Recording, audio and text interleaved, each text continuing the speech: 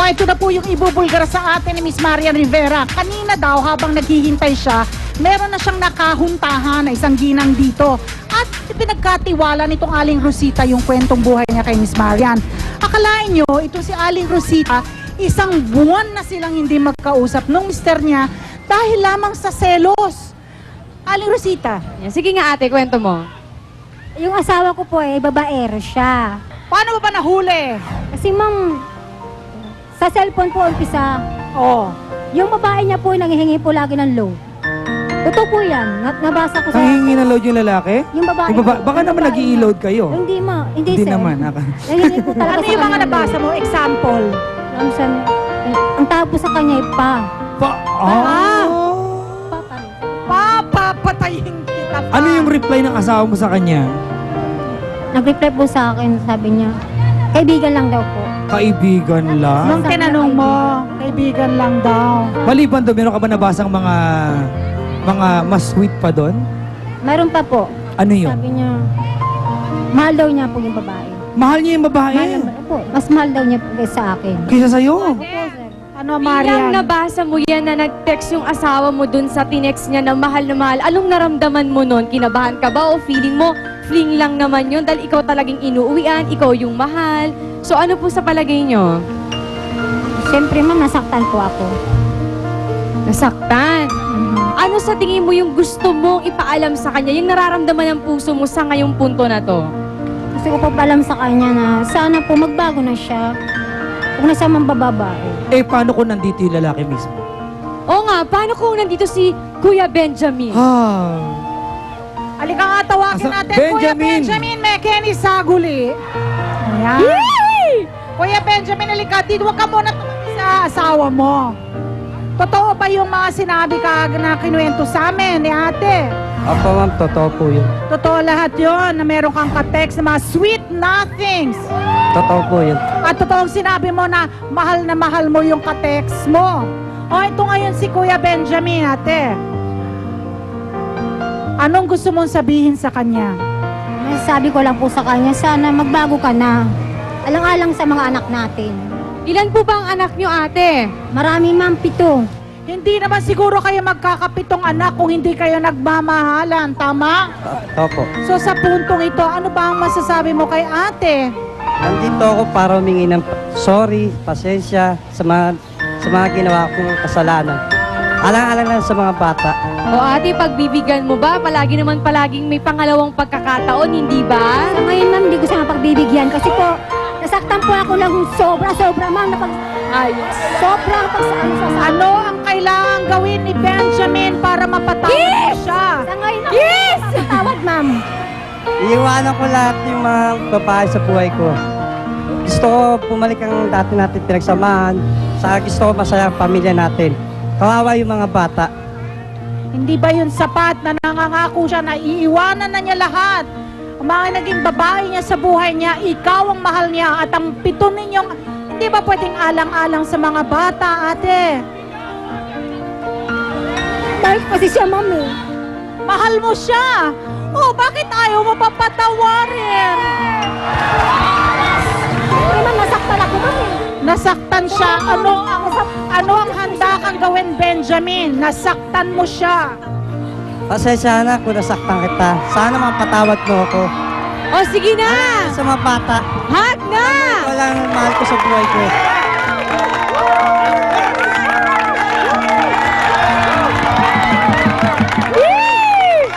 Gagawin niya ang lahat para mabalik yung dati mong pagtingin sa kanya at mapatawad mo siya.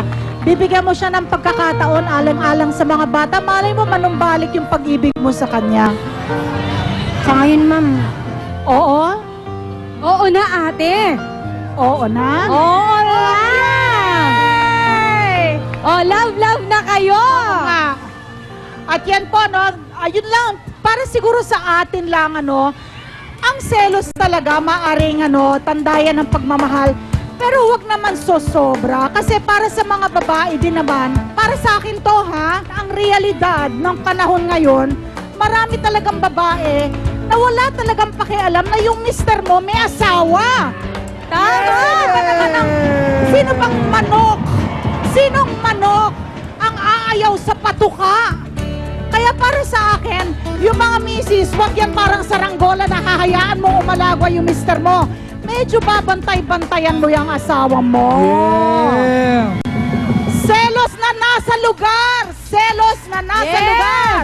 Maraming salamat. Magkasama na silang uuwi ngayon. Yay! Thank you Ayan. very much. Maraming Maraming salamat. salamat. Hindi ako papayag. Gusto ko mag-kiss kayo para sa akin. Ay, nako, O, si Miss para kay Marian. Marian daw. Kakasa. Yeah, thank you. Thank you very much. Tuwan-tuwa ako, mama. Oy, parang natuwa naman ako masyado doon. Maraming salamat at pagkatapos naman ng munting drama natin na yan, ngayon it's time to announce kung sino yung nanalo sa ating tutuban. Star of the Box.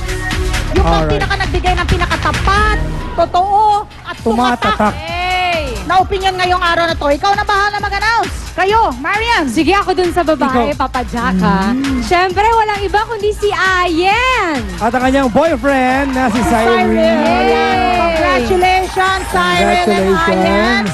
Kayo ay tatanggap ng very special Ayun. gift items from Starbucks. Marian, once again, thank you very much. Thank you po. For sharing this special pilot episode with us. Siyempre, napakataas pa rin ang ratings ng Mampirella. Invite nga, us. thank At you. saka pa yung Amaya, no? Go ahead. Ayan, thank you po sa lahat ng nood ng Vampirella. Siyempre, every Saturday, Vampirella. Tapos, Show Me the Bunny every Sunday. At abangan nyo po ang Amaya, malapit na malapit na. Siyempre, huwag nyo kalimutan manood ng Starbucks. Yes! Yay! Starbucks, araw-araw po tayong magkakasama. Lunes hanggang Biyernes, 10 in the morning. Bago tayo magpakalam, na-realize ko lang, Mama Wally, no? Irakos natin ang tama ito. Naisip ko lang na sa isang relasyon, it's always a compromise.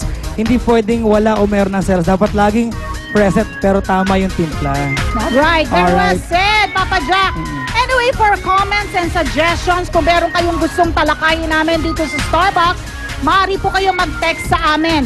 SB space, message po ninyo and send it to 367 or 2344.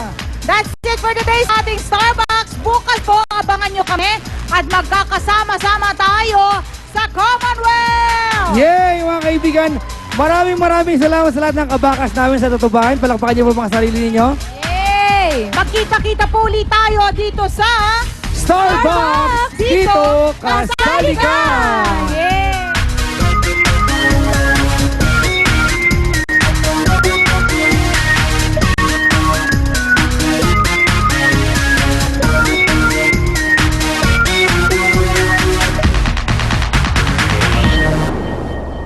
Na-enjoy mo ang mobile